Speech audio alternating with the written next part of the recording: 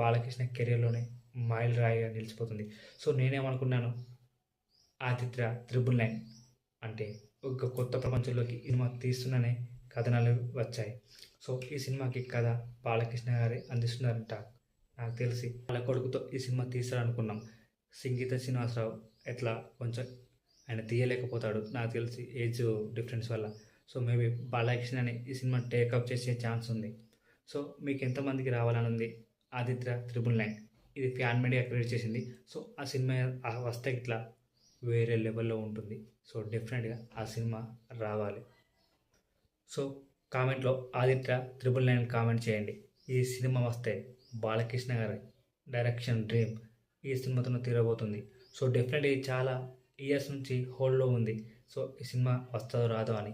So, డెఫినెట్‌గా రావాలి. ఈ ఛానల్‌కి కొత్త వచనాలు లైక్ చేయండి, షేర్ చేయండి, సబ్స్క్రైబ్ చేయండి. జై హింద్.